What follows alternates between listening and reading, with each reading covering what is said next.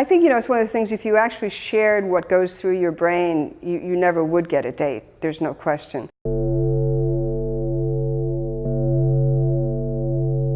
As an artist, you're trying to some degree, bridge what goes inside and bring it outside.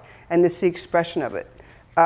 So in this case, on a very, simple level, it really is about flesh and experiencing flesh. My deepest desire in the world is to experience other people because I feel very isolated, really fundamentally isolated. And so I'd really desperately love to be able to really take bits and pieces of people and throw them up in the air and really have them in my hand. I was realizing that I was probably going through like a midlife gender identity crisis, mainly because I didn't realize, for some reason, not only can you identify, male to female or whatever spectrum of gender you want, but different parts of your body can identify different ways, and I just didn't realize this. And so, in some way, my psyche had been working this out for a number of years by kind of taking things apart, and what did they feel like, and what did I think they look like, and what if I throw them up in the air, what if I stretch them out, and then kind of putting them back together, just trying to create, something I felt comfortable with. So, that was useful. It was useful exercise to look and see your psyche doing something, and that's kind of what it ended up being.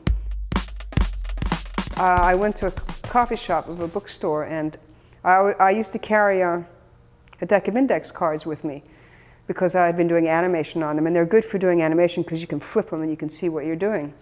And I had these various images in my head now for a few years, so I started animating them on the index cards. So that was the beginning of this animation. And so what I decided to do was to erase and redraw the images on the same piece of paper.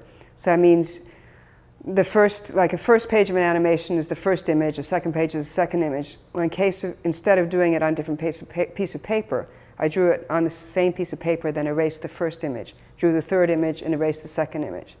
So what happens is, you can't erase it all the way, so as the image makes its way across the page, you see the shadow of the image. The way I did the animation was, first I would do a storyboard that was fully animated, line drawings, fully animated on vellum. And we would do that because we couldn't change the timing once we got into production, because once we started drawing, it was too late.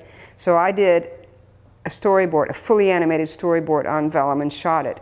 And then I gave it to my animator, Carolyn Stockbridge. So I got a Canon PowerShot G2, and so then the problem started. First of all, with the G-Shot, with the digital camera, most of them, the lens goes out, and then after you take the image, it goes back in again. So what happens is when the lens goes back out, it's in a slightly different place, and so if you're doing animation, the image jumps. It's not in the same place, which would drive you crazy. So then I said, okay, this won't work. I'll go get a Fuji S2 camera, and that's a camera with a separate lens, removable lens. So I put that in, but when you buy lenses these days, they're automatic lenses, which means the shutter, as soon as you take the image, the shutter closes. And it turns out that even the shutter, opening and closing, introduces error and the image would jump. Not as much as if the whole lens moves. So, okay, all right. So I had to go and buy an old manual lens, and there's a tab on the back of it you take off to keep the shutter open. So now I had a still image. So that all worked fine. But then I came up with another problem that I couldn't solve, which is in digital still cameras, this one, at least the ones I've worked with, and according to other people I've read about, their exposure is randomly off. So it's between like 4,000 and 4,500 images. So we had to go back and forth, Kate and I, in post-production and correct all those images. So that was a long process in more ways than one, and now I've come to the end of the process, and that's what I have to say about it.